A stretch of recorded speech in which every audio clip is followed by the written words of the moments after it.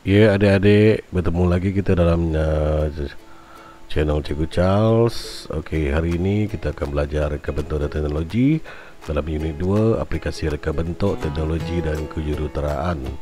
Okey, apakah yang ada dalam tajuk ini, adik-adik? Okey, mari kita lihat. Okey. Okey, sebelum kita pergi kepada tajuk yang seterusnya, kita lihat dulu apa dia tenaga yang boleh baharu. Okey, tenaga boleh baharu merupakan tenaga yang boleh dijanakan daripada sumber semula jadi secara berterusan. Okey, contohnya seperti ada dapat lihat di sini. Okey, sumber yang utama sekali iaitu matahari, geoterma, air, angin, biogeosim dan ombak. Okey, apakah maksud setiap sumber-sumber itu? Cikgu nak adik-adik baca dalam buku teks masing-masingnya. Okey. Seterusnya, kepentingan tenaga boleh baharu. Okey, apakah dia kepentingan tenaga yang boleh baharu? Yang pertama, di sini kita boleh lihat mengurangkan penggunaan tenaga tidak boleh baharu. Okey, dan memberikan udara bersih.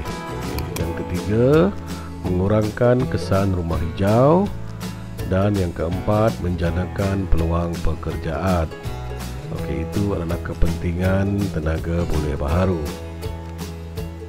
Seterusnya, mari membina kipas solar. Okey, sebelum kita membina kipas solar, kita perlu tahu apakah tenaga yang ingin kita gunakan. Okey, sebagai contoh, kita ingin membina kipas solar, kita perlukan tenaga solar, iaitu tenaga daripada cahaya matahari.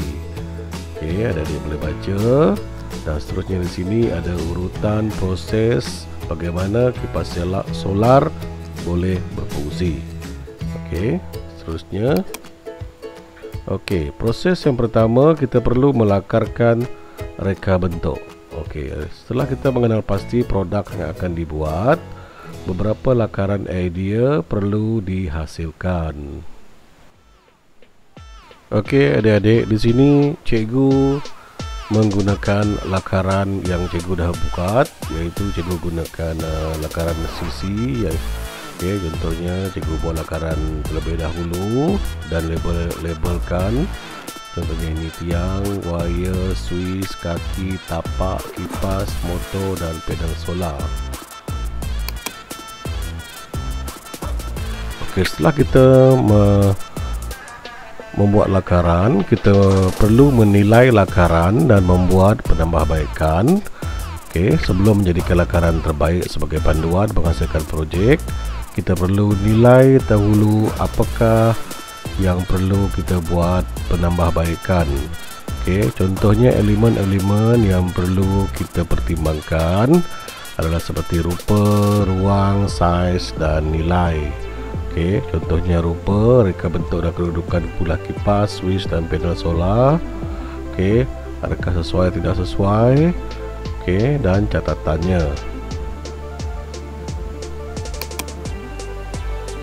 Okey, proses yang ketiga, adik-adik, kita perlu menyediakan alatan dan bahan. Okey, alatan dan bahan. Alatan dan bahan yang digunakan adalah berbeza mengikut jenis projek.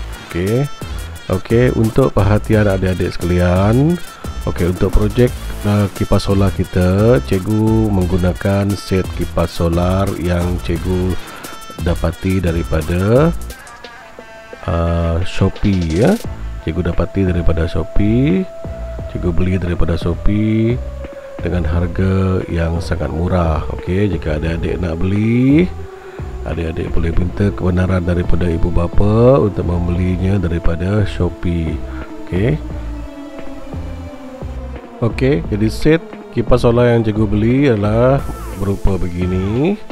Okey, jika adik sudah beli, cikgu adik-adik akan terima set yang mengandungi semua alat-alat bahan yang telah disediakan, cuma belum di banner lagi. Okey, dengan komponen-komponen dan alat-alatan yang telah cikgu keluarkan tadi. Okey, termasuklah pedal solar, skru, motor, kipas. Okey, blok kayu untuk tiang dan seterusnya. Okey, setelah kita proses yang ketiga, kita perlu mengira dan membuat anggaran kos.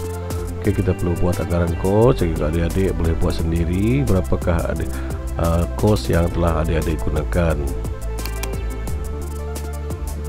Okey, proses yang kelima adalah langkah-langkah menyediakan produk kipas solar. Okey, untuk projek kali ini adik-adik cikgu dah sediakan satu video yang cikgu dah buat. Okey, video itu adalah tentang tunjuk cara bagaimana cikgu membina kipas solar yang cikgu beli khas daripada Shopee. Okey, adik-adik boleh lihat dan adik-adik boleh cuba ya.